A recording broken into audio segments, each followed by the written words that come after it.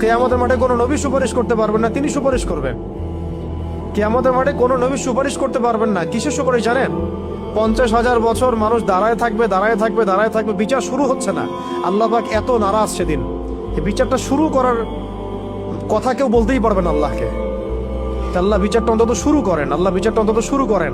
দাঁড়ায় থাকতে থাকতে আমাদের অবস্থা খারাপ, প্রত্যেক মানুষেরই অবস্থা হয়ে যাবে, মানে ইল্লা মাশাআল্লাহ, ইল্লা মাশাআল্লাহ।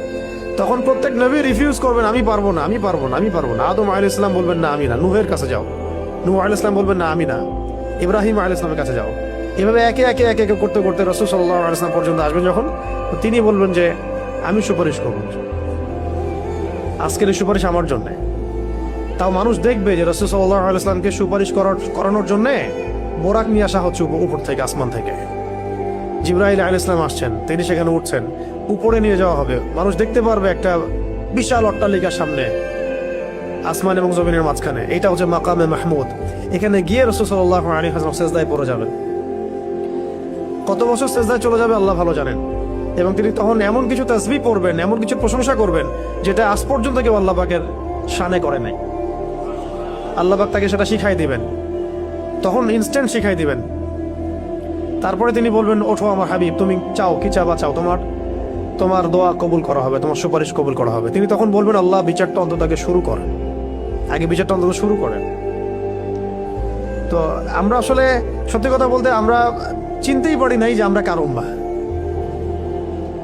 আফসোসের শেষ নাই, মানে বলতে থাকলে প্রসঙ্গ অন্যদিকে চলে যাচ্ছে। তো আফসোসের শেষ নাই। আপনি খেয়াল করে দেখবেন যে পিছনে লা ইলাহা ইল্লাল্লাহ মুহাম্মাদুর রাসূলুল্লাহ কালিমা লিখে মানুষ কালিমার সাথে কুফরি করতেছে।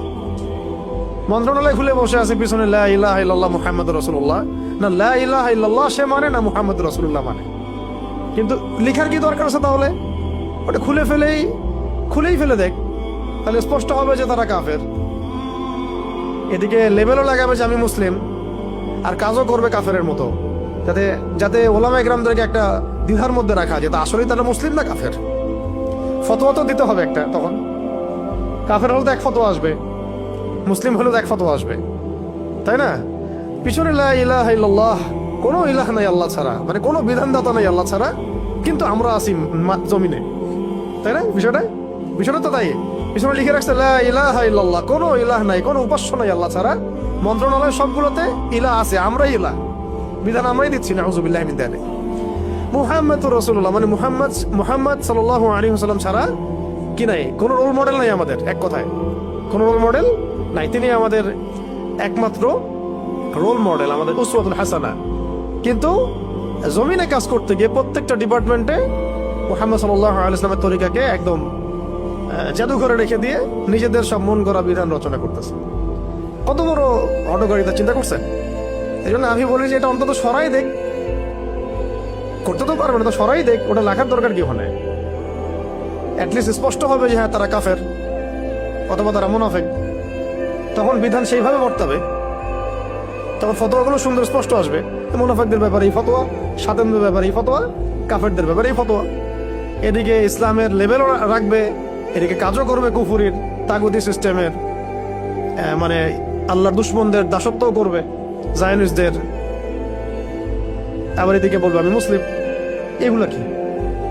তাহলে ধর্ম নিয়ে ব্যবসা, সবচেয়ে বড় ব্যবসা কারা করে? সবচেয়ে বড় ধর্ম ব্যবসা কারা করে? রাজনীতিবিদরাই করে সবচেয়ে বড় ধর্ম ব্যবসা। সবচেয়ে বড় ধর্মকেন্দ্রিক যে মানুষের সাইকোলজি নিয়ে খেলা, এটা সবচেয়ে বড় ব্যবসাটা করে পলিটিশিয়ানরাই।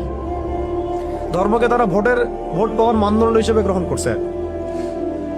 এটার মানে এই না যে ইসলামিক রাজনীতি করা যাবে না, এটা অন্য আলোচনা। কিন্তু এদিকে আপনি আল্লাহর কালিমাও রাখবেন, জমিনের মধ্যে আপনি আবার কুফরি আচরণও করবেন, এটা তো মানা যায় না। হয় একদিকে আসেন, কালিমা রাখলে কালিমার বিধান বাস্তবায়ন করেন, আর না রাখলে ঠিক আছে বলেন যে আমরা লা ইলাহা ইল্লাল্লাহ মানি না, ধর্মের সাথে আমাদের কোনো সম্পর্ক নাই, তখন আমরা বলবো তারা কাফের। ফতোয়া স্টেট, কাফেরদের সাথে যাওয়া হবে, তাই ফতোয়া। এই বিষয়গুলো আমাদেরকে খুব খুব পীড়া দেয়।